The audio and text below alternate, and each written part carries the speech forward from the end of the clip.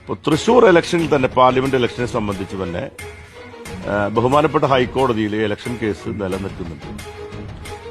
അതടക്കമുള്ള കാര്യങ്ങളിൽ പല സംശയങ്ങളും തൃശൂർ പാർലമെന്റ് ഇലക്ഷൻ സംബന്ധിച്ച് പല സംശയങ്ങളും ഉയർന്നു വന്നിരുന്നു. വോട്ടർമാരെ ചേർക്കുന്നതുമായി ബന്ധപ്പെട്ടുകൊണ്ട് രാഹുൽ ഗാന്ധി പറഞ്ഞ പല സംഭവങ്ങളും തൃശൂർ പാർലമെന്റ് ഇലക്ഷനിൽ നടന്നിട്ടുള്ള കാര്യങ്ങളാണ്. കാരണം ഇവിടെ വോട്ട് ചേർക്കുന്ന കാര്യത്തിൽ ഇലക്ഷൻ കമ്മീഷൻ എടുത്ത നിലപാടുകൾ ദുരൂഹമായ നിലപാടുകളായിരുന്നു.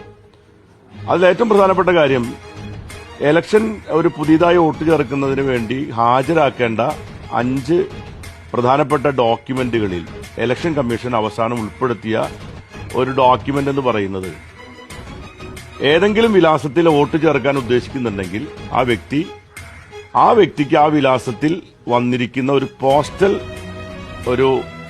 ഒരു കാർഡോ അല്ലെങ്കിൽ ഏതെങ്കിലും തരത്തിലുള്ള വസ്തുക്കളോ ഒരു പോസ്റ്റൽ ഡിപ്പാർട്ട്മെന്റ് വഴി വന്ന ഒരു രേഖ ഹാജരാക്കിയാൽ പോലും അദ്ദേഹത്തിന്റെ വോട്ട് ചേർക്കാൻ കഴിയുന്ന തരത്തിൽ വളരെ ലഘൂകരിച്ച വോട്ടർമാരെ ചേർക്കുന്ന സംവിധാനം കഴിഞ്ഞ ലോക്സഭാ ഇലക്ഷനിൽ ഉണ്ടായി. എന്നാൽ ഇപ്പോ നമുക്കറിയാം, തദ്ദേശ സ്ഥാപന ഇലക്ഷൻ നടക്കുമ്പോൾ നിരവധി ഡോക്യുമെന്റുകൾ ഹാജരാക്കിയാൽ മാത്രമേ നമുക്ക് ഹിയറിംഗ് വരെ നടത്തിയിട്ടാണ് തദ്ദേശ ഇലക്ഷനിൽ വോട്ടുകൾ ചേർക്കുന്നത്. മറ്റങ്ങനെ ഉണ്ടായിരുന്നില്ല. ഈ ഡോക്യുമെന്റ് ഹാജരാക്കി കഴിഞ്ഞാൽ വോട്ട് ചേർക്കുന്ന നിലയിലേക്ക് വന്നിരുന്നു. പലതരത്തിലും പുറത്തുനിന്ന് തന്നെ ധാരാളം ആളുകൾ ഇവിടെ വോട്ട് ചേർത്തി എന്നുള്ള പരാതികൾ ഞങ്ങൾ തന്നെ അന്ന് ബഹുമാനപ്പെട്ട ഇലക്ഷൻ കമ്മീഷന് കൊടുക്കുകയുണ്ടായി. എന്ന് മാത്രമല്ല, അന്ന് വോട്ട് ചേർക്കപ്പെട്ട ആളുകളെ വോട്ട് തടയുന്ന സന്ദർഭത്തിൽ അന്ന് കലക്ടർ നൽകിയ ഒരു മറുപടി, വോട്ടേഴ്സ് ലിസ്റ്റിൽ പേരുണ്ടെങ്കിൽ ആ ആൾക്ക് വോട്ട് ചെയ്യാൻ അധികാരമുണ്ട്, ആ ഒറ്റ കാര്യം മാത്രമേ ഉള്ളൂ, അയാൾ തന്നെയാണോ അതെന്ന് തെളിയിക്കേണ്ട ഉത്തരവാദിത്തം മാത്രമേ ഉള്ളൂ എന്നാണ് അന്ന് കലക്ടർ സൂചിപ്പിച്ച ഒരു കാര്യം. ആ തരത്തിൽ തന്നെയുള്ള ഒട്ടനവധി കാര്യങ്ങൾ നടന്നിട്ടുണ്ട്. പിന്നെ ഇലക്ട്രോണിക് വോട്ടിംഗ് മെഷീൻ, ആ മെഷീൻ സംബന്ധിച്ച പല പരാതികളും സംശയങ്ങളും ഉയർന്നപ്പോൾ ഏറ്റവും അവസാനം ഇലക്ഷൻ കമ്മീഷൻ ഇറക്കിയിരിക്കുന്ന ഒരു സർക്കുലർ അല്ലെങ്കിൽ ഒരു ഉത്തരവ് വളരെ ദുരൂഹമായ ഉത്തരവാണ്. ആ ഉത്തരവ് പറയുന്നത് പോളിംഗ് ടൈമിൽ നിങ്ങളുടെ വോട്ട് സംബന്ധിച്ച് ഇലക്ട്രോണിക് വോട്ടിംഗ് മെഷീനെ സംബന്ധിച്ച് പരാതി ഉണ്ടെങ്കിൽ നിങ്ങൾ, എന്റെ ഓർമ്മ കറക്റ്റ് സംഖ്യ ഏതായാലും എനിക്ക് കൃത്യം ഓർമ്മയില്ല, പക്ഷെ 16,000 രൂപയും GST അടച്ചാൽ മാത്രമേ നിങ്ങൾക്ക് പരാതി കൊടുക്കാൻ പറ്റൂ. അങ്ങനെ ഒരു വോട്ടിംഗ് മെഷീനെ സംബന്ധിച്ച് സാധാരണ നിലയിൽ ഒരു പരാതി ഉണ്ടായാൽ പോലും പെട്ടെന്ന് പണം കെട്ടിവെച്ച് പരാതി കൊടുക്കാൻ പറ്റാത്ത വിധത്തിൽ അത്തരം പരാതികൾ ഒഴിവാക്കാനുള്ള ശ്രമങ്ങൾ നടന്നു. ഈ അടുത്ത കാലത്ത് ഇപ്പോ തൃശൂർ ഇലക്ഷനുമായി ബന്ധപ്പെട്ടുകൊണ്ട് ഹൈക്കോടതിയിലുള്ള കേസ് നടന്നുകൊണ്ടിരിക്കുന്നതിനിടയിൽ ഇലക്ഷൻ കമ്മീഷൻ കോടതിയോട് ആവശ്യപ്പെട്ടൊരു കാര്യം, തൃശൂർ പാർലമെന്റ് ഇലക്ഷനുമായി ബന്ധപ്പെട്ടുള്ള ഇലക്ഷൻ കേസ് നിലനിൽക്കുന്ന സാഹചര്യത്തിൽ ഇലക്ഷൻ കമ്മീഷന്റെ അല്ലെങ്കിൽ ആ മണ്ഡലത്തിലെ ബാലറ്റ് ബോക്സ്, അതായത് ഇപ്പോൾ ഈ ഇലക്ട്രോണിക് വോട്ടിംഗ് മെഷീനെല്ലാം സ്വാഭാവികമായിട്ടും ഒരു കേസ് ഉണ്ടെങ്കിൽ അത് കോടതിയുടെ കസ്റ്റഡിയിലായിരിക്കും.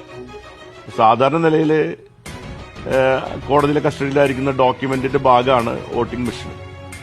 പെട്ടെന്ന് നാടകീയമായി ഇപ്പോൾ കോടതിക്ക് മുമ്പാകെ ഇലക്ഷൻ കമ്മീഷൻ ആവശ്യപ്പെട്ടിരിക്കുന്നത്, മറ്റു പല സ്റ്റേറ്റുകളിലും ഇലക്ഷൻ നടക്കുന്ന സാഹചര്യത്തിൽ ഈ വോട്ടിംഗ് മെഷീൻ ഞങ്ങൾക്ക് ആവശ്യമായി വന്നതുകൊണ്ട് നിങ്ങളുടെ കസ്റ്റഡിയിലുള്ള വോട്ടിംഗ് മെഷീനുകളെല്ലാം ഉടനെ റിലീസ് ചെയ്ത് തരണമെന്ന് കോടതിയോട് ആവശ്യപ്പെട്ടിരിക്കുകയാണ്. അത് ദുരൂഹമായ ഒരു ആവശ്യമാണ്. കാരണം കോടിക്കണക്കിന് വോട്ടിംഗ് മെഷീനുള്ള ഒരു ഏജൻസിക്ക് തൃശൂർ ലോക്സഭാ മണ്ഡലത്തിലെ വോട്ടിംഗ് മെഷീൻ പെട്ടെന്ന് തന്നെ വേണമെന്ന് ആവശ്യപ്പെടുന്നത് എന്തുകൊണ്ടാണെന്നുള്ളത് സംശയം ജനിപ്പിക്കുന്ന കാര്യമാണ്.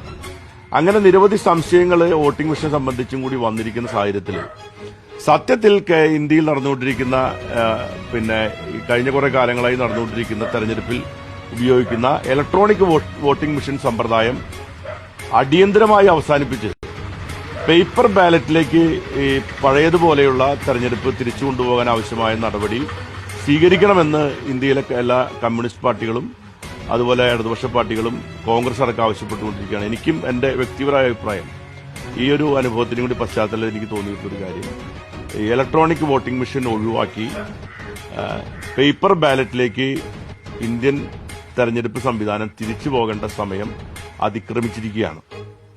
രാഹുൽ ഗാന്ധിയുടെ ഈ വെളിപ്പെടുത്തൽ ഉണ്ടാക്കിയിരിക്കുന്ന ഒരു പ്രധാനപ്പെട്ട ഒരു കാര്യം, ഇലക്ഷൻ കമ്മീഷനോടുള്ള വിശ്വാസ്യത ജനങ്ങൾക്ക് നഷ്ടപ്പെടാൻ ഇടയാക്കിയിരിക്കുന്നു എന്നുള്ളതാണ്. അത് രാഹുൽ ഗാന്ധി തെറ്റായ കാര്യങ്ങൾ പറഞ്ഞുകൊണ്ടാണ് അത് ഉണ്ടാക്കിയിട്ടുള്ളതെങ്കിൽ ഇലക്ഷൻ കമ്മീഷന് നിയമപരമായി നടപടി സ്വീകരിക്കാൻ അവകാശമുണ്ട്. അതല്ല, രാഹുൽ ഗാന്ധി പറഞ്ഞിരിക്കുന്ന കാര്യം സത്യസന്ധമാണെങ്കിൽ ഇലക്ഷൻ കമ്മീഷൻ തന്നെ ഉത്തരം പറയേണ്ടതുണ്ട്. അതിൽ ഗുരുതരമായൊരു വിഷയമായതുകൊണ്ട് സുപ്രീം കോടതി അടക്കം ഇതിനകത്ത് സ്വമേധയെ ഇടപെടേണ്ട ഒരു സാഹചര്യമാണ് രാഹുൽ ഗാന്ധിയുടെ വെളിപ്പെടുത്തലോടുകൂടി ഉണ്ടായിരിക്കുന്നത്.